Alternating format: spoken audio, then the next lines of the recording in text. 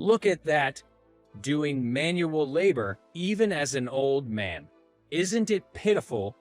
Several new hires, appearing quite self-assured, gossip and ridicule me as I work.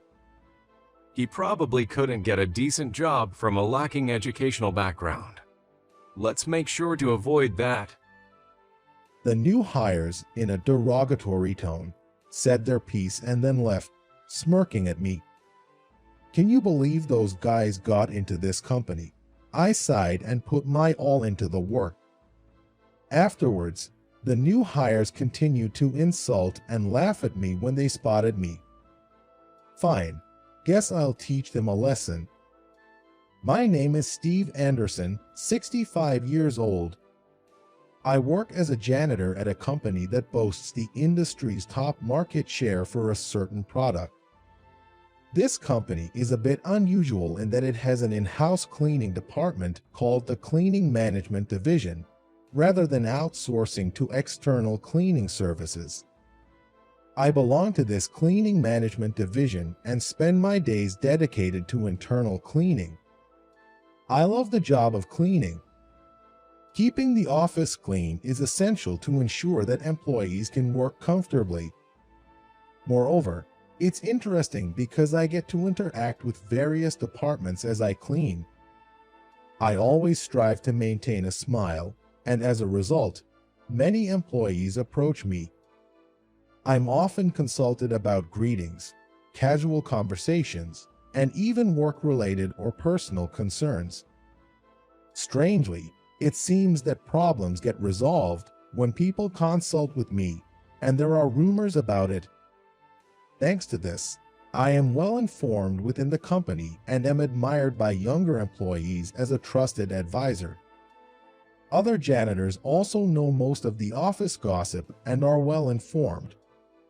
They say things like, if you want to survive in this company, don't make enemies with the Cleaning Management Division. Good morning, Steve. How are you feeling today? In the morning, as I arrived for work, Ethan, the head of the Cleaning Management Division, greeted me. Good morning, sir. Thank you for always talking to me. As I replied with a smile, Ethan nodded and said, leaning closer, please take care not to overexert yourself today. We appreciate your hard work. For some reason, he always emphasizes not overexerting myself every morning. I'm not doing anything particularly strenuous. Good morning, Steve. Looks like you got another dose of pressure from Ethan. It was Olivia, the oldest member of the Cleaning Management Division and my cleaning mentor. She approached me with a laugh. Good morning, Olivia. You heard him just now. You truly have sharp ears. Well, you can't have secret conversations in front of me, Olivia said proudly. Then she turned to me and continued. Well, today is the new employee's entrance ceremony. Ethan is worried about what you might do. What do you mean? I haven't done anything before. That's true, but you're Steve, the helper. With a cheerful laugh, Olivia started preparing for cleaning. Honestly, it seems like both Ethan and Olivia think of me as a troublemaker or something. I sighed in frustration while preparing for cleaning. Today is the new employee's entrance ceremony. I wanted the new employees to see the company as a clean place, so I put extra effort into cleaning. As I cleaned the hallway near the conference room, which served as the entrance ceremony venue, I could see the new employees. Some looked nervous and pale. Others were fidgety and restless. A few were chatting with fellow new hires. Seeing the diverse group of new employees made me feel warm inside. While cleaning, I silently cheered them on in my heart. Look at that, doing manual labor even as an old man. Isn't it pitiful? Whispered a few new employees who were about to enter the venue, clearly talking about me. He probably couldn't get a decent job from a lacking educational background. We're fine in that regard. It's all about building a career now. Even if you have good education, without a career, you might end up like him. They said in a mocking tone before entering the venue, smirking at me. Can you believe those guys got into this company? I sighed and put my all into the work. With that attitude, they must be really confident in their education. I can't believe the interviewers fell for it. I sighed in frustration and continued to work. While cleaning another hallway, the new employees who had just finished the entrance ceremony passed by me. Good job on the entrance ceremony. I greeted them with a smile. Some returned the smile, some just nodded, and others completely ignored me. At the end of the line of new employees, there were those young guys who had mocked me earlier, and when they saw me, they wore malicious grins. Good job on the entrance ceremony, I said to them, just like I did with the others. They laughed under their breath and said things like, "Who old man, stuck with this job because he's a bottom feeder, right, and do your best at cleaning so they don't call you a waste of salary," in hushed voices as they walked away. Damn, you can't just let people like them in. As I felt disheartened, I heard a voice from behind saying, "That's way too rude of those new employees. Allowing people like them into the company will be its downfall." It was Olivia. Apparently, she could hear those whispered insults loud and clear. She seemed very angry. Steve, why didn't you say anything back? Aren't you upset being treated like that? Well, I thought if I replied, they would just laugh at me even more. Besides, Ethan told me not to overexert myself. Olivia didn't seem satisfied, but I was grateful that she was speaking up on my behalf. Well, those new employees are definitely getting too cocky. Guess I should teach them a lesson. With that thought in mind, I grinned and went back to cleaning. In this company, after joining, there is a 1-week orientation for new employees. Based on their performance and preferences during this time, their assigned department is decided, and the department assignments are announced on the last day after being encouraged by all the executives. I observed the new employee orientation while cleaning. The new employees who had insulted me seemed enthusiastic when there was a trainer present. However, when the trainer was absent, they ridiculed the new employees who had lower educational backgrounds than them. Did you graduate from that third-rate university and you still managed to get into this company? I'd hate to be thought of as being in the same league as you. Oh, that women's college.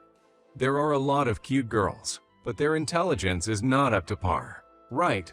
You must have been selected based on looks, huh? It seemed like they were looking down on not only me but also others.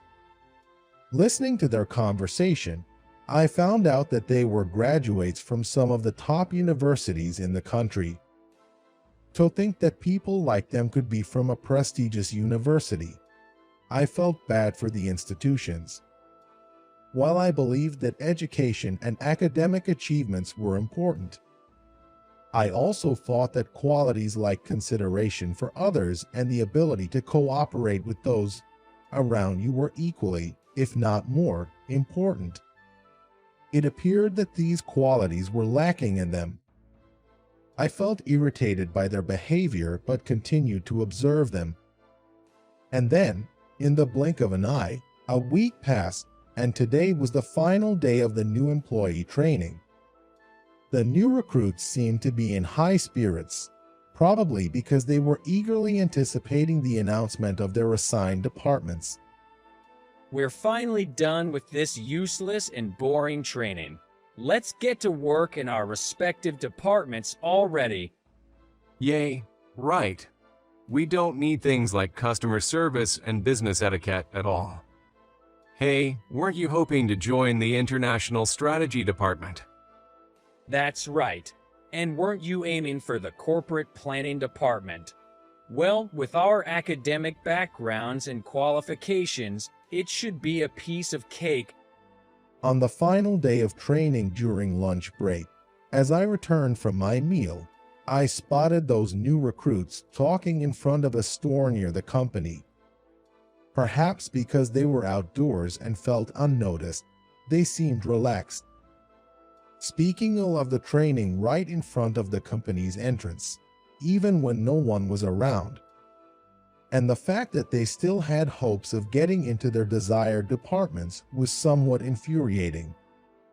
While I was genuinely appalled by their attitude, I thought it would be too troublesome if they spotted me, so I quickly entered the company building. As the lunch break ended, I, dressed in a suit, engaged in casual conversations with my familiar colleagues. Just then, those new recruits walked by. Oh, why is the janitor wearing a suit?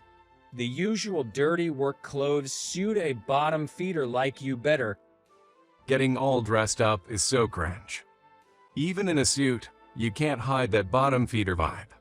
Pathetic, right? They muttered insults at me in hushed tones, chuckling to themselves, and headed towards the training venue. They probably couldn't see the other employees from their angle.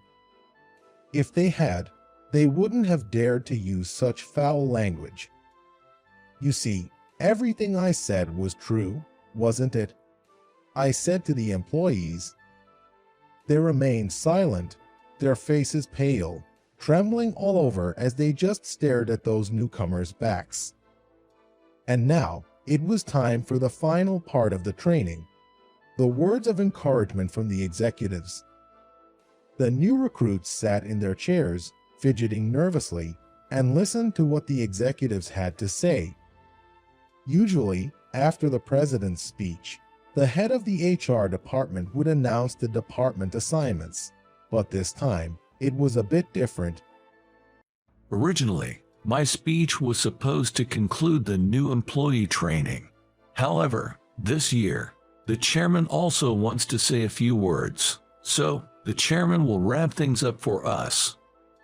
The president said with a somewhat exasperated tone. The chairman too? There are rumors that many people haven't even seen his face, right? Yea, the chairman rarely shows himself. Seeing the chairman might be a stroke of luck. The new recruits began to buzz with excitement. The chairman of this company had retired from active management a long time ago, and now, very few people had actually seen him. This rumor had clearly reached the ears of the new recruits. Amidst the commotion of the new recruits, I stepped onto the stage.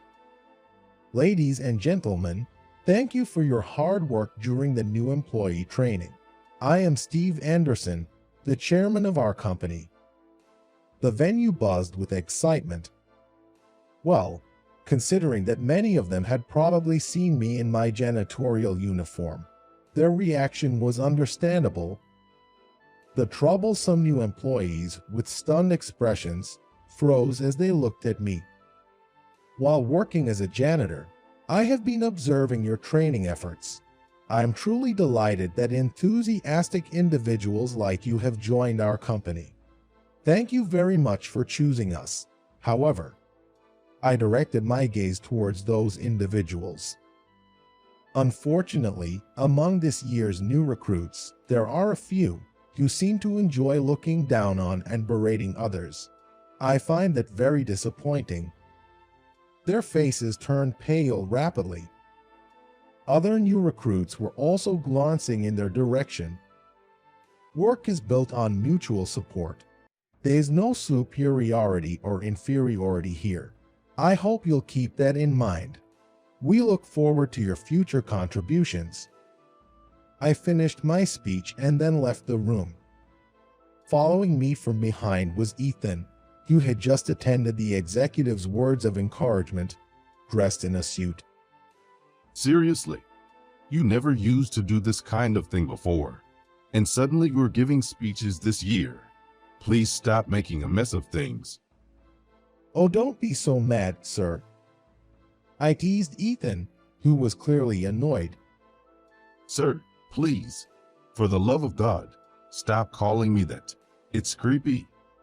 All right, I get it, Ethan.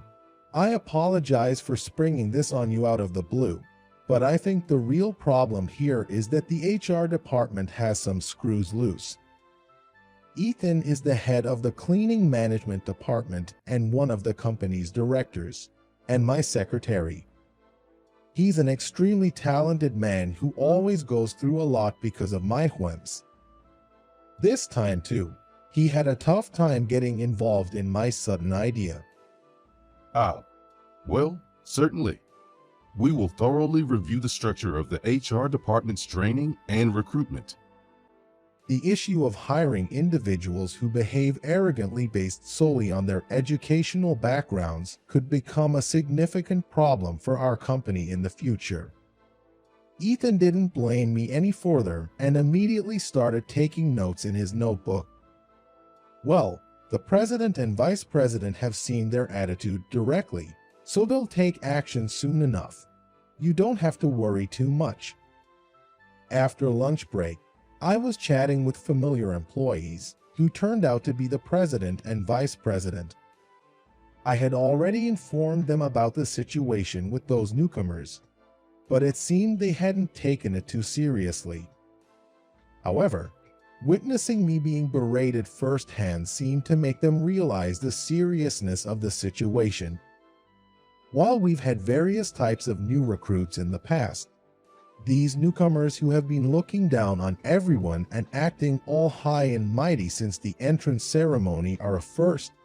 I'm looking forward to seeing how they will handle things from now on. I placed my hand on Ethan's shoulder with a smile. Ethan, who probably realized my intentions, let out a deep sigh. In the evening of that day, the new recruits assigned to the cleaning management department came to greet me. Among them were those troublesome newcomers. I had pulled some strings with the higher-ups to have these troublemakers assigned here. All of them had faces that showed either dissatisfaction or fear. It was hard to tell. Welcome to the Cleaning Management Department. As the name suggests, this department is responsible for maintaining sanitary conditions within the company and managing large-scale cleaning activities. Ethan greeted the newcomers with a smile. Our trainers for you will be Olivia and Steve. They will be providing guidance, and it's quite an honor to be trained by our company's chairman and former head of the General Affairs Department. The newcomers remained silent, their eyes widened in surprise. In fact, half of the employees in this department are experienced executives.